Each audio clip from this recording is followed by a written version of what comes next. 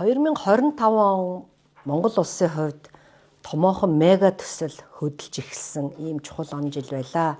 Эгийн голын усан цахилгаан станц барих төслийг бид 1964 оноос хойш яриад явсан байдаг.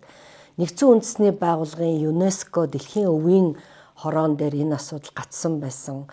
Оросын холбооны улстай энэ талаар бас ойлголцохгүй олон жил болсон. Гэтэл 2025 онд бол энэ төсөл маань маш урагштай, хурдцтай явж байгаад бол би туйлын баяртай байгаа.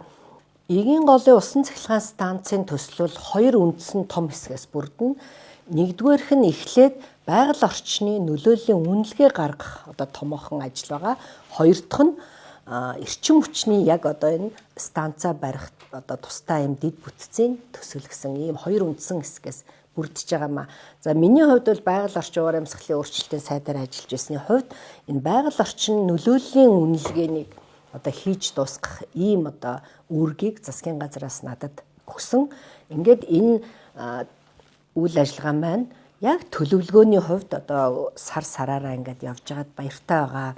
За энэ дээр бол туслах далангийн тээзүү хийх ажил бол эхэлсэн байна. За мөн байгаль орчны үнэлгээний хамтарсан баг бас ажилдаа ороод эхэлсэн байгаа. Судалгаанууд нэгтгэж байна. Маш олон судалгаанууд тал талд Монголын төсөл, за Оросын холбооны улс хийсэн төсөл, Францын төсөл гэдэг энэ олон төслүүдийг бүгдийг бид нэр нэгтгэх энэ ажлыг хийгээд явж байна.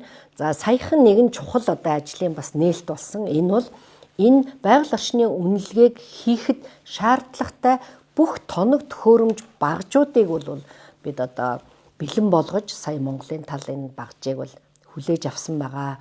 За мэдээж байгаль орчны үнэлгээний хэсэг гарсны дараа бид дараагийн эрчим хүчний төсөл рүү бол доорох ажил бол эхлэх юм аа. Тэгэхээр энэ олон жил гацсан төсөл маань ингээ явж байгаад баяртай байна. Яагаад энэ төсөл бас удсан бэ гэхлээр сэлэнг мөрөн өөрөө байгаль нуурт цутгадаг. За байгаль нуур өөрөө дэлхийн цэнгэг усны 20% дангаараа эзэлдэг учраас энэ бол зөвхөн Монголын асуудал биш, Оросын холбооны асуудал биш.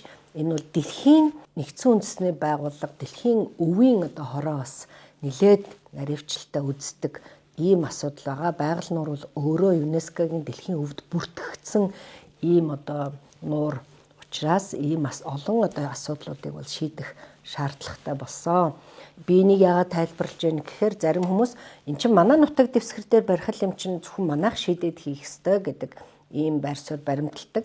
Гэтэл энэ бол өөрөө олон улсын усны асуудал бол хил дамндаг олон улсын чухал их үүсвэр гэдгээрээ бас нэлээд ярвигтай ийм ажил байсан.